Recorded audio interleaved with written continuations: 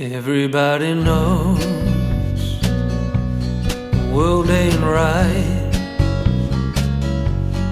Down on your knees, get up and fight.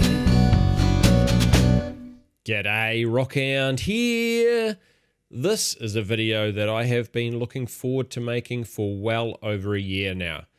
Embark Studios have finally provided us with an update about the games, yes games plural, that they are currently working on, including the fast-paced 10-second teaser video for their first game that you're currently watching. They've also provided some super lifelike character renders and some concept art for characters from their second game in development. I'll take a very close look at the teaser video shortly. It showcases their first game in development, which they have previously described as a cooperative free-to-play action game set in a distant future about overcoming seemingly impossible odds by working together. The written update from one of Embark Studios' founders, Patrick Soderlund, formerly of Battlefield and EA fame, covers several subjects. Firstly, the studio has rapidly grown to almost 200 employees and currently has around 20 positions open for anyone interested in joining them. This growth indicates well the scale at which Embark are going to be able to operate moving into the future. With that size will come the view that they are now a fully fledged AAA studio, so we should have pretty high expectations from their work. Next, Patrick tells us that as well as the free-to-play action game they're working on, they have a second game in the pipeline, which is a first-person PvP shooter. Patrick adds that he thought he was done with PvP shooters, having worked on them in one form or another for almost his entire career, but that a while back some of Embark's devs put together a small pitch that he describes as being too irresistible to ignore. And as Patrick also says, with some of the industry's most experienced first-person shooter developers at Embark, many of them having come from DICE, it's kind of a no-brainer that they would make an FPS game at some point. He goes on to say that the second game leans heavily into team-based gameplay and puts dynamism, physicality, and destruction front and center. And that last part, destruction, really piques my interest. Patrick also provides us with some character concept art for the second game, which at first glance looks a little like Apex Legends in art style. I'll be sure to provide an update about that second game as soon as I have further news about it for you. Anyhow, back to their first game. Patrick writes that their ambition with the game is to combine new and old genres with groundbreaking technical innovation into something unique and consequential. He goes on to say it's coming to a point where all this work is starting to manifest itself as a real game as they moved into the production phase for the game back in the Northern Hemisphere spring, which is really exciting. And I have to agree. What that means for the game's release schedule, however, isn't clear, but I would hazard to guess, based on the speed that they seem to be moving, that a release date might occur somewhere between the end of 2021 and the end of 2022, but this really is an educated guess on my part. All of this moves me onto the short teaser video they released. So let's dive right in and take a look at the teaser in minute detail. The teaser opens with a retro-looking radar screen showing three objects moving across it. This art style is reminiscent of the 1979 Atari game Asteroids, so this might be a little nod to games of the past here. Whether it is or not, I already like the slightly archaic technology art style, which I'll talk more about shortly. We then see a character viewed from a third-person perspective, which at this stage appears to be the staple perspective for the game. For some people, this might be an immediate turn-off, and admittedly, previously for me, it might have also been that too. I generally only play first-person shooters. However, lately, I'm starting to feel like there are so many first-person shooters out there, many of which have their issues, that it would be fresh and fun to dive into a third-person game. Perspectives aside, the character we see carries a weapon, which looks like a long sniper rifle, but it's hard to tell more than that in this shot. and so I'll come back to weapons in a moment. On the character, we can see a backpack with an antenna, so potentially a cross-map communication is going to be a core part of the co-op gameplay. They also have what looks like a sleeping bag on the bottom of their pack, which begs the question, is the sleeping bag just there to add to the art style, or does it have some practical purpose?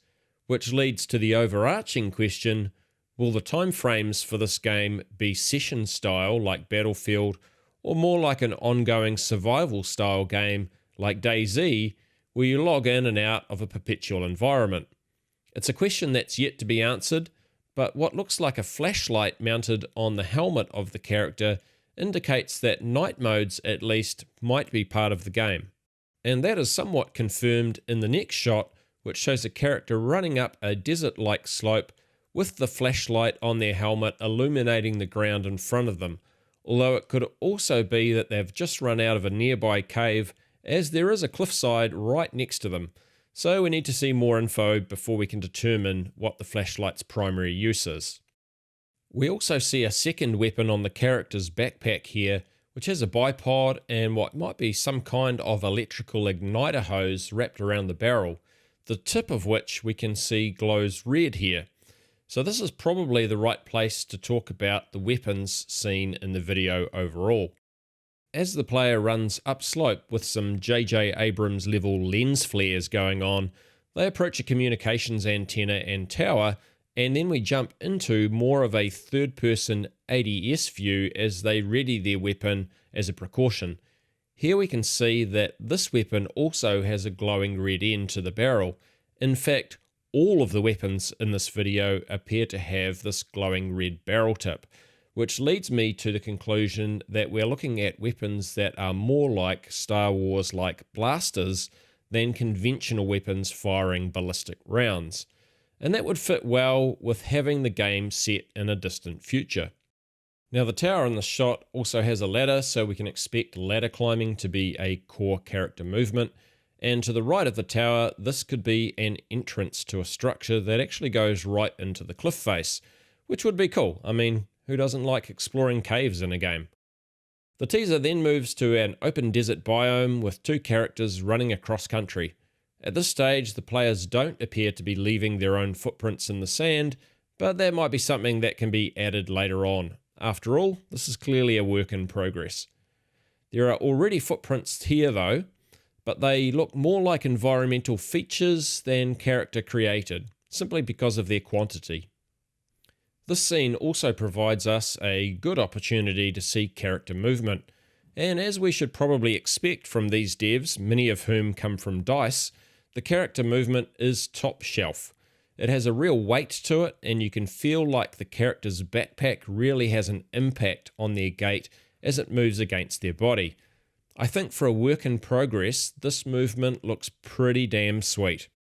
In the background, we see a very large fort structure that has these interesting angular metal structures outside it. What are these? Well, previously we've seen large quadrupods shown in concept art, and we'll actually see a glimpse of one in-game shortly, and it might be possible that these make up a significant part of the enemy AI that players will have to cooperate to fight against. If that's the case, then these large structures outside the fort could be a permanent way of stopping quadrupods from attacking the fort, similar to these real-life anti-tank obstacles. Here we see characters running again. I think Embark are really trying to show us how good their character movements are in this teaser, but rightly so. They are excellent. This character carries an exceedingly long-barreled weapon, so there's definitely some weapon variations. And how can we ignore the absolutely mint-looking environment here? Previously, we've seen that Embark Studios have gone to significant efforts through photogrammetry trips to Tenerife and Iceland to produce ultra-realistic environments for this game, and it looks like those efforts are paying off here. The environment is superb. In this shot, missile strikes are kicking up a lot of dust as they hit the ground close to a character, although it's not clear exactly how much destruction is actually occurring from them. Then we only see a frame or two of this, but it shows a shot fired at the faraway character, with the round looking more like some sort of energy blast than a ballistic round, again making me think that the game's weapons are more like Star Wars blasters than conventional guns. Another quick cut and we see a dust-filled scene from impacting missiles. But look at the top right of the screen. Here we see, just for a moment, one of the enemy quadrupods, apparently crippled by the players. This is the body of the quadrupod and this is one of its legs. We can also see that the leg is hydraulically powered, just like an excavator arm. We then see a bunch of missiles coming in and detonating as they hit the ground, with classic battlefield-style explosions, lots of the devs' backgrounds coming to the fore here. And that's the end of the 10-second teaser.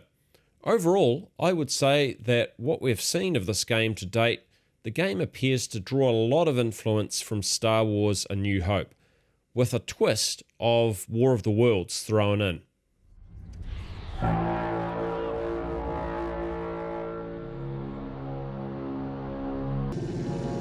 That's no moon. In some ways, from what we've seen of Embark Studios' game so far, it seems to be more like Star Wars than Star Wars. And by that, I mean it exudes that low-tech Tatooine vibe, like when Luke is attacked by the Tusken Raiders, way before George Lucas decided to forego that look for way more CGI. You could almost imagine that this is a story set in the Star Wars universe, but one that doesn't even intertwine with any of the other Star Wars stories, timelines, or even the characters that we know. Now, I actually think that all of these are good things for the game, and by no means do I think that Embark are trying to emulate Star Wars. More that they've probably just chosen an art style and game concepts that are going to be very popular, and from what we've seen in this trailer, I think they are well and truly heading in that direction. I'm really looking forward to bringing you more info about this game as it develops. It looks really exciting, and I'll be sure to do that as soon as info comes to light. Please consider leaving a like if you found this video helpful, and subscribing if you'd like to watch more detailed looks at updates coming from Embark Studios. Thanks for watching, and enjoy the rest of your day. Kia kaha, stay strong. Everybody sees, stop and bright, last one to leave, turn out the light, last one to leave.